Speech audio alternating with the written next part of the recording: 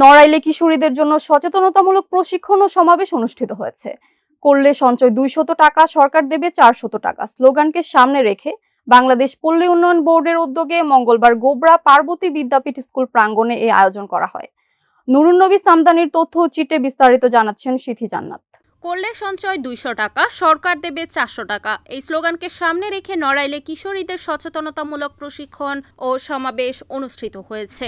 26 August মঙ্গলবার দুপুরে বাংলাদেশ পল্লী উন্নয়ন বোর্ড নড়াইলের উদ্যোগে গোবরা পার্বতী বিদ্যাপীঠ মাধ্যমিক স্কুল প্রাঙ্গণে এ অনুষ্ঠান হয়। দরিদ্র মহিলাদের জন্য সমন্বিত কর্মসংস্থান সহায়তা প্রকল্প এর দ্বিতীয় পর্যায়ের অংশ হিসেবে এ কার্যক্রম অনুষ্ঠিত হয়। অনুষ্ঠানে উপজেলা নির্বাহী অফিসার সঞ্চিতা বিশ্বাসের সভাপতিত্বে ও উপজেলা পল্লী উন্নয়ন কর্মকর্তা সুজন কুমারের সঞ্চালনায় প্রধান অতিথি হিসেবে উপস্থিত ছিলেন জেলা প্রশাসক ও জেলা ম্যাজিস্ট্রেট শারমিন আক্তার জাহান। এছাড়াও বিশেষ অতিথি হিসেবে উপস্থিত ছিলেন বিআরডিবির উপপরিচালক মোহাম্মদ গোলাম রাসুল, গোবরা পার্বতী বিদ্যাপীঠ স্কুল প্রধান শিক্ষক আব্দুর রশিদ সহ গণ্যমান্য ব্যক্তিবর্গ।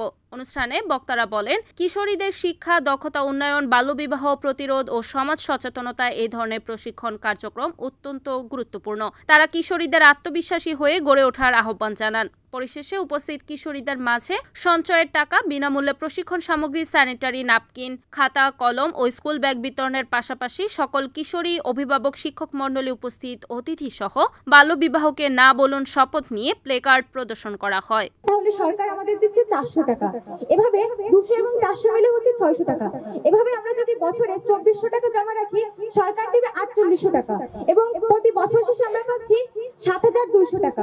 তার মাধ্যমে কি আমরা সঞ্চয় করতে পারছি? আমরা অল্প সঞ্চয় করছি, হচ্ছে না, কারণ গভর্নমেন্টের বাজেটেরও কিন্তু একটা বিষয় আছে, তাই না? আমরা তো জানি যে বাজেট কি জিনিস। আর দুজন শিক্ষার্থী খুব চমৎকার করে তাদের অভিব্যক্তি ব্যক্ত করেছে। একজন তো সেখানে সঞ্চয় কি সে বিষয়গুলো সে বর্ণনা করেছে। তো তাহলে আমাদের যেহেতু মনে হয় 100 জন, আমার জানা মতে এই স্কুলে 100 জন শিক্ষার্থী এই সুবিধার বা এই আমব্রেলার তলে তারা আসতে পেরেছে, বাকিদের সম্ভব হয়নি।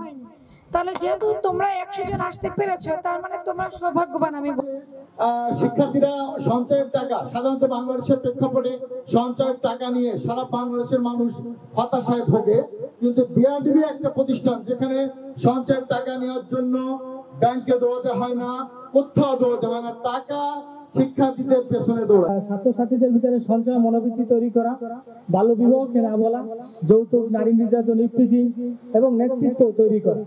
বাংলাদেশ পল্লী উন্নয়ন বোর্ড মানুষের নেতৃত্ব তৈরি করে, অ্যাওয়ারনেস বিল্ড আপ করে এবং দারিদ্র্য বিমোচনে সর্বাধিক